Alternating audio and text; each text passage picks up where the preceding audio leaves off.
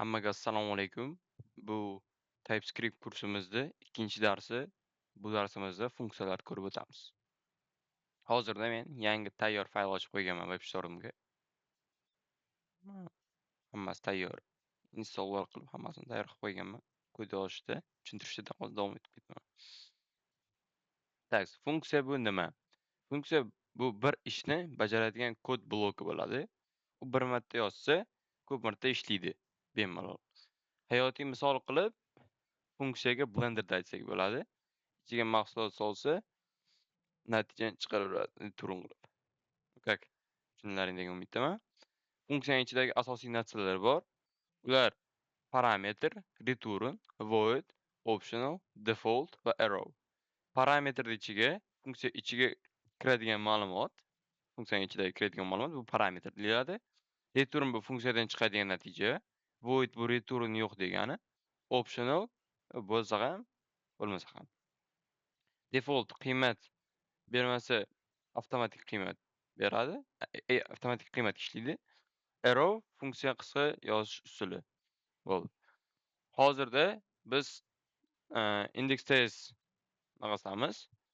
Oddiy konsol kodi buni o'chiramiz. Oddiy bir funksiya yozib ko'ramiz. Function. Aha. Bu yerda ham numberlar kerak bo'lyapti. To'xtanglar. Avval bu yerda berishimiz kerak. Aha, bo'ldi, berildi. Va bu yerda bunday qilib qo'ygani yaxshi. Void berib yuboryapti. Avtomatik ko'ryapsizlarmi? Void berib yuboryapti. Biz esa bu yerda number berib yuboramiz. Number.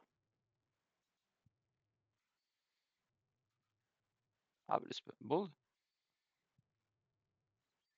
Endi prosta bunday qilib chiqarib olsak ham bo'ladi. Ichiga stop konsol qilib hozir. Sal hard tomoni. Solloq. Keyin ochamiz. Chiroyli turish uchun. Mana. Shunday qilib bini ham qilib olamiz. Bo'ldi, tayyor. Endi pastdan prosta natijani chiqarsak, всё. Keyin console log chiroyli bo'lish uchun ataylab natija barobar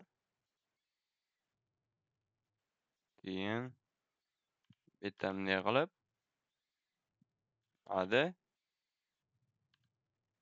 любой bitta son yozamiz, ikkita son yozamiz.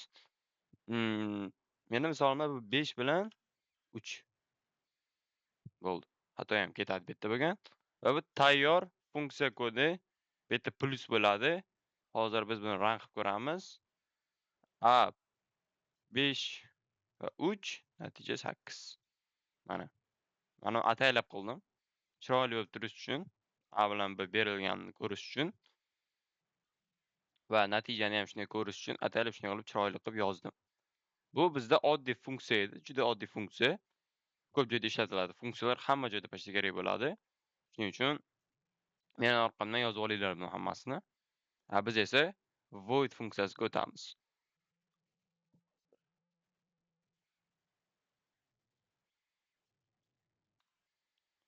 Function. Bu hozirda void funksiya ketyapti. Say hello.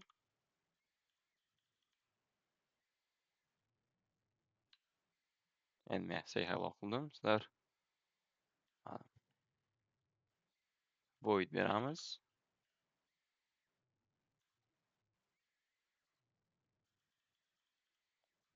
Console log hello world emas, endi bunday qilaylik.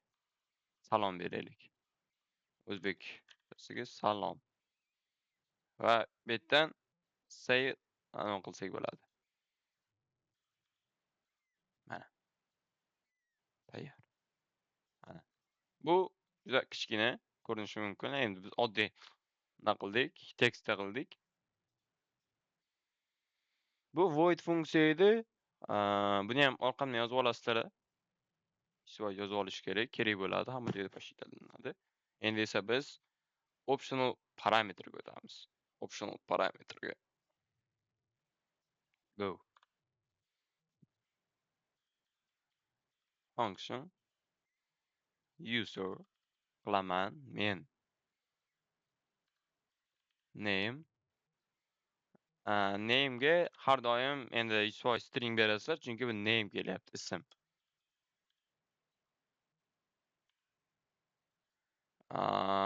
Name, keyin age, so'roq, number bo'ldi. Endi pastdan biroz console log boyagidek. Endi oddiy name emas, name uni endi sal chiroyliroq qilishga harakat qilaman. Ichini ochib olib, ism. Kerak bo'ladi. Mana. Yana bunday qilib qo'ysam, вообще zo'r bo'lib turadi. Endi bu yerdan age, faqat bu yerga ism emas, bu yerga yosh qilamiz. Chunki age bu yosh. Chiroyli turish uchun ataylab shunday qilyapman, lekin oddiy name age qilib qo'ysalaringdan bemalol bo'ladi. Va endi bu yerga userlarimizni kiritib olamiz. User birinchi bo'lib bizda string kelgani uchun, lekin atak age ham qilsalaring bo'ladi. Stringga name'ga nima beramiz? Text name'ga Aziz beramiz.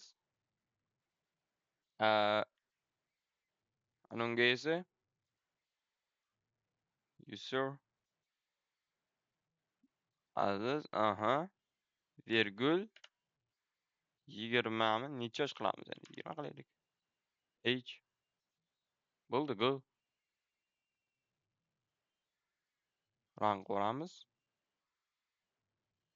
Nimaga undefined?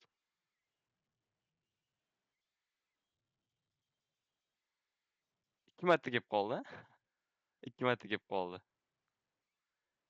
Mayli. Lekin baribir mayt ishladi, yoshi ko'rindi maytda. Bu yerda Aziz. Stop.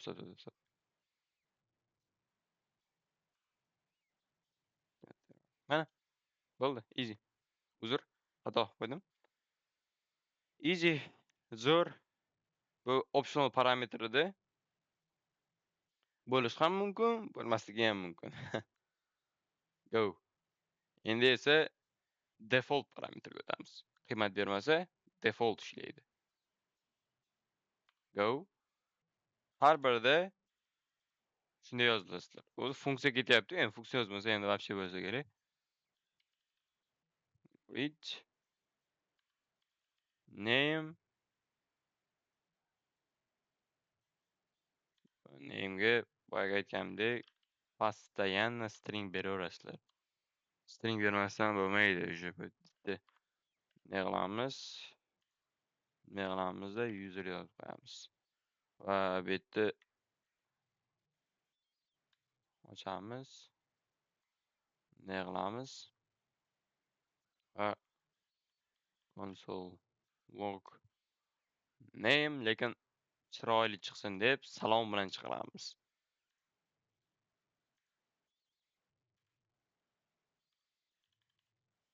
Va bu yerda virgul. 100% virgul kerak, bo'lmasa birlashib ketadi. Все. Virgul end tugamaydi-yu. Endi esa pastdan bir berib qo'yamiz. Endi lekin buni ichiga mana kiritamiz. Emas, ism, name o'zi aytyapti. Любой ism boyagi Azizni kiritib yuboramiz. Salom user. Endi mayta qaranglar, bermagandek userda avtomatik kiritib yubordi. Bu yerda esa kiritgandik, salom Aziz berdi. Bu default parametr edi. Buni ham ko'rib o'tdik. Hammasini yozib olasizlar. Keyin oxirida homework beriladi. Buni ham kelasizlar degan umiddaman. 3-darsga, xudo xolasa. Endi esa oxirgi funksiyalarimizdan biri qoldi. Arrow funksiya. Uni sal kattaroq qilamiz. Lekin u juda zamonaviy funksiya. Go. Ont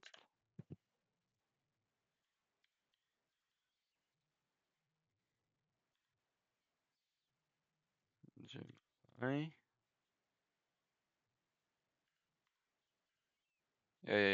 Baro-baro, tinchlan. Boshqani sezamiz baribir.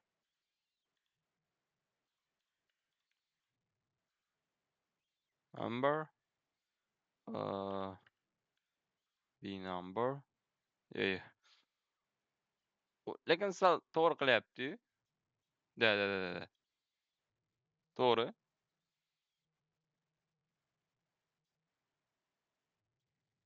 Lekin biz bu yerda unday qilmaymizda, bunday ochaveramiz. Keyin pastda return address bo'ladi, lekin avval chiroyliroq qilishimiz uchun boyadek konsol loglarni yozib chiqamiz, chiqarishlarimizni.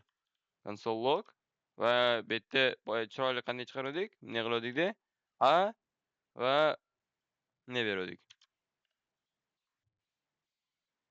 Ha, shunday edi va bu yerda O'zAni beramiz. Va bu yerda nechuni? Bu yerda ham bni bersa kerak va berdi, osonroq bo'ldi. Va bu yerda return. Easy. Endi bu yerda console log просто qilib pastdan, shtabi chiqishi uchun bizda rezultatimiz. Console log ichida result. Endi bunday qilamiz. Inglizchada yozaymi? X.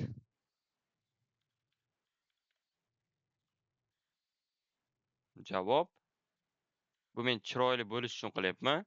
Endi sizlar xohlagandek qilasizlar.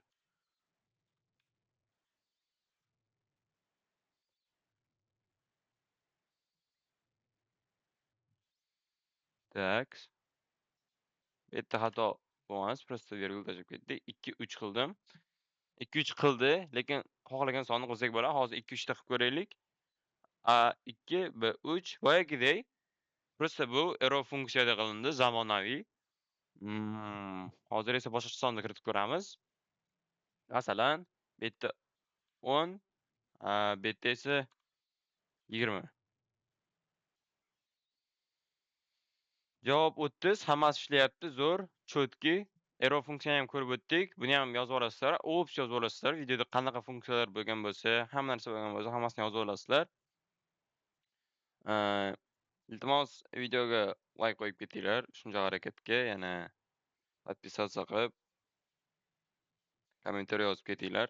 Iltimos, harakat qilyapmiz sizlar uchun. Bugun funksiyalarni o'tdik. Hammasi zo'r bo'ldi. Hammasini ko'rib o'tdilaring.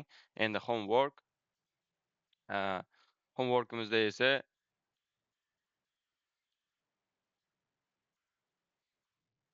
homeworkda esa просто hamma ko'rgan funksiyalarimizga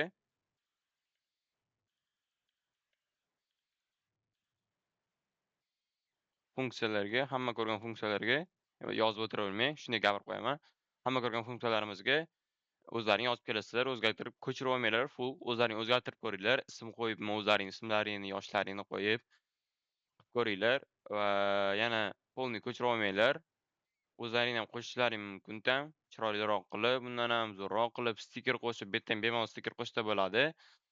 Xohlaganlaringdek qilsa bo'ladi. Просто men shunday qildim. Sizlar o'zgartirsalaring bo'ladi. Bu faqatgina men qilib qo'yganda emas, sizlar o'zgartirishlaring ham mumkin buni. Hammaga rahmat. Bu ikkinchi darsimiz edi. Sog' salomat bo'ling. 3-darsda ko'rishguncha.